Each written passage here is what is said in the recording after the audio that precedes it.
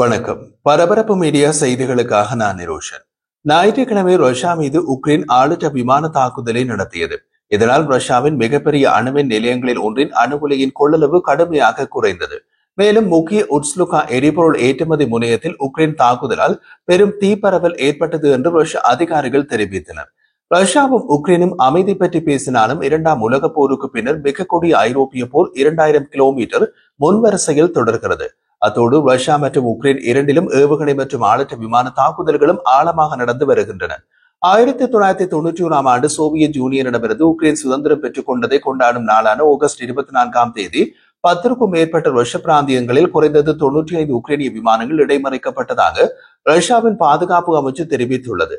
உக்ரைனின் எல்லைகளிலிருந்து வரும் 60 கிலோமீட்டர் தொலைவில் உள்ள குர்ஸ்க் அணுமின் நிலையம் நள்ளிரவுக்கு பின்னர் ஆலைக்கு அருகில் ஒரு ஆளற்ற விமானம் தாக்கி ஒரு துணை மின்மாற்றியை சேதப்படுத்தியதாகவும் அணு உலை எண் 3ஆம் ஆண்டு இயக்கத்திறனில் 50% குறைப்பை ஏற்படுத்தியதாகவும் கூறப்பட்டுள்ளது.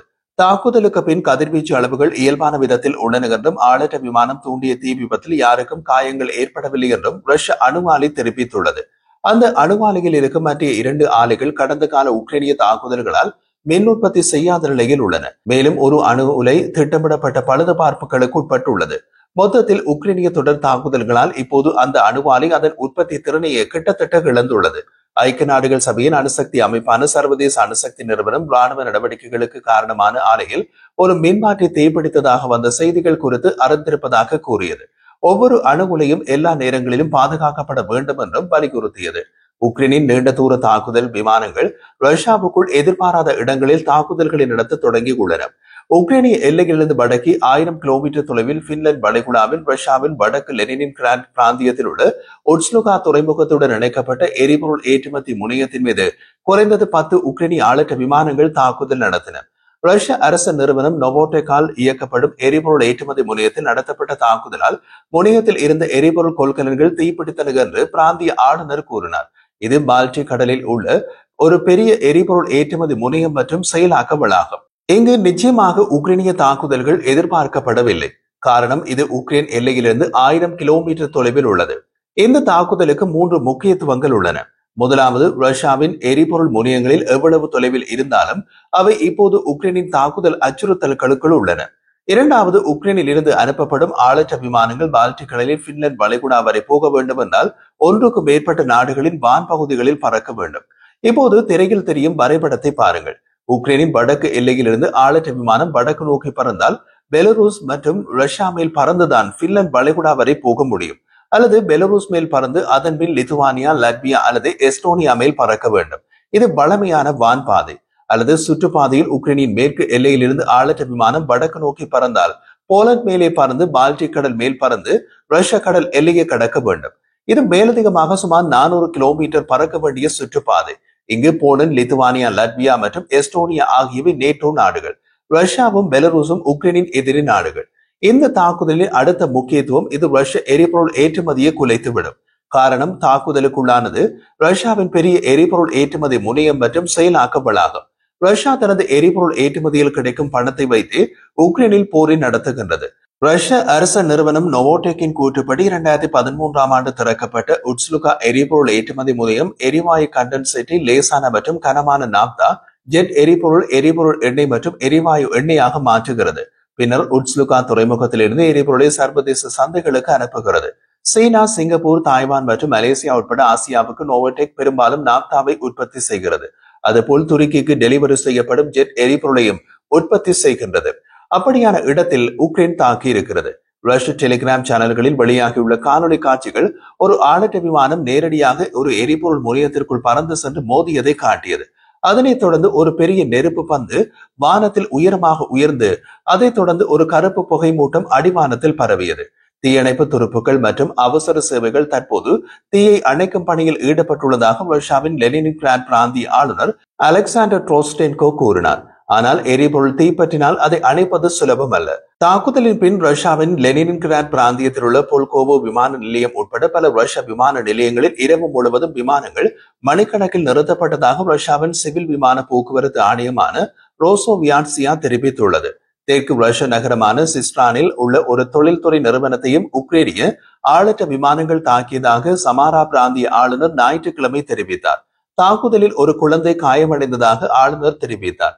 குழந்தை எப்படி தாக்கப்பட்டது என்பதை பற்றி அவர் சரியாக குறிப்பிடவில்லை. அத்துடன் சிஸ்டானில் உள்ள ஒரு தொழில்துறை நிறுவனம் எதை தயாரிக்கிறது என்பதையும் அவர் குறிப்பிடவில்லை. இந்த மாத தொடக்கத்தில் சிஸ்டான் எண்ணெய் சுத்திகரிப்பு நிலையத்தை தாக்கியதாக உக்ரைனிய ராணுவம் கூறியது. ரோஸ்நெப்டுக்கு சொந்தமான புதிய டேப் சுத்திகரிப்பு நிலையம் தாக்குதலுக்கு பின்னர் எண்ணெய் உற்பத்தி மற்றும் கச்சா எண்ணெய் சேமிப்பை நிறுத்த வேண்டிய கட்டாயம் ஏற்பட்டது என்று வட்டாரங்கள் ராய்ட்டர்ஸிடம் தெரிவித்தன. உக்ரைனிடமிருந்து உடனடி கருத்து எதுவும் இல்லை. ரஷ்யாவுக்குள் அதன் தாக்குதல்கள் உக்ரைன் மீதான ரஷ்யாவின் தொடர்ச்சியான தாக்குதல்களுக்கு பதிலடி கொடுக்கும் விதமாகவும் மாஸ்கோவின் ஒட்டுமொத்த ராணுவ முயற்சிகளுக்கு முக்கியமானதாக கருதப்படும் உள்கட்டமைப்பை அளிப்பதை நோக்கமாக கொண்டதாகவும் உக்ரைன் தெரிவித்துள்ளது. ரஷ்யாவின் எரிபொருளுடன் தொடர்பான உள்கட்டமைப்புகளும் மாஸ்கோவின் ஒட்டுமொத்த ராணுவ முயற்சிகளுக்கு முக்கியமானதாகவே உக்ரைன் கருதுகிறது. உக்ரைனுக்குள் தரை தாக்குதல்களில் உக்ரைனின் டினிப்ரோ பெட்ரோவாக்ஸ் பிராந்தியத்திற்குள் ஒரு புதிய குடியேற்றத்தை ரஷ்ய படைகள் கைப்பற்றியதாக ரஷ்யாவின் பாதுகாப்பு அமைச்சு ஞாயிற்றுக்கிழமை கூறியது.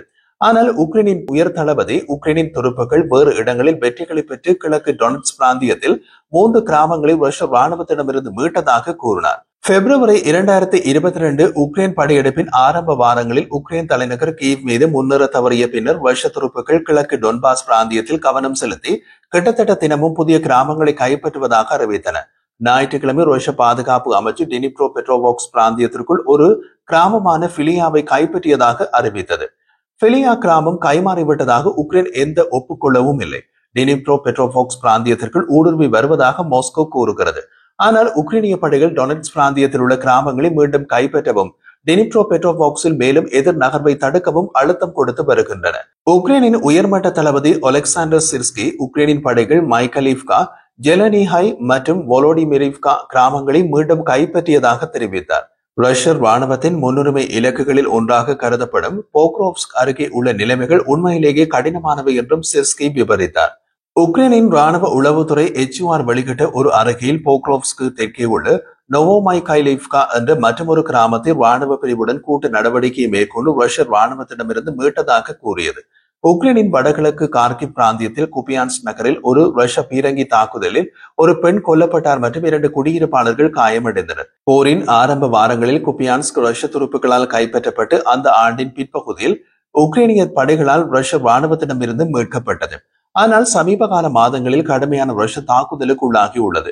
உக்ரைனின் சுதந்திர தினத்தை முன்னிட்டு கனடிய பிரதமர் மார்க் கார்னி நேற்று ஞாயிற்றுக்கிழமை உக்ரைன் சென்று உக்ரைன் ஜனாதிபதியை சந்தித்தார்.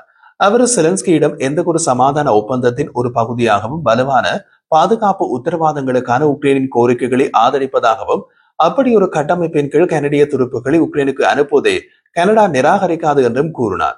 மார்ச் மாதம் பதவியேற்ற பின்னர் உக்ரைனுக்கு முதல் தடவையாக பயணம் செய்த கார்னி உக்ரைன் சுதந்திர தினத்தை குறிக்கும் விதத்தில் மத்திய உக்ரைனில் நடந்த விழாவில் செலன்ஸ்கியுடன் இணைந்து கலந்து கொண்டார். அதில் டிரம்பின் உக்ரைனுக்கான சிறப்பு தூதர் கீத் கெல்லாங் கலந்து கொண்டார். சர்வதேச பங்கேற்புக்கான உக்ரைனின் கோரிக்கைகளை கனடிய பிரதமர் கார்னி ஆதரித்தார். இரு தலைவர்களும் ஆளற்ற விமான கூட்டு உற்பத்தி ஒப்பந்தங்களிலும் கையெழுத்திட்டனர். மேலும் உக்ரைன் அடுத்த மாதம் கனடாவிடமிருந்து $1 பில்லியன் ராணுவ உதவியை பெறும் என்று கார்னி கூறினார். கனடிய பிரதமர் மார்க் கார்னியுடனான செய்தியாளர் சந்திப்பின் போது ரஷ்யாவின் இலக்குகளை தாக்க அமெரிக்கா வழங்கிய ATACMS ஏவுகணைகளை உக்ரைன் பயன்படுத்துவதை பென்டகோன் பல மாதங்களாக தடுத்து வருவதாக வால் ஸ்ட்ரீட் ஜேர்னலில் வந்த ஒரு செய்தி குறித்து செலன்ஸ்கியிடம் கேட்கப்பட்டது. இதற்கு பதிலளித்த செலன்ஸ்கி ரஷ்யாவுக்குள் உள்ள இலக்குகளை தாக்க உக்ரைன் சமீபத்தில் அதன் சொந்த உள்நாட்டில் தயாரிக்கப்பட்ட நீண்ட தூர ஆயுதங்களை பயன்படுத்தி வருவதாகவும் அவற்றை பயன்படுத்த வாஷிங்டனிடம் அனுமதி கோர வேண்டியதில்லை என்றும் கூறினார். சமீப காலமாக நாங்கள் அமெரிக்காவுடன் இந்த பிரச்சனையை பற்றி விவாதிக்கவில்லை என்றும் அவர் கூறினார்.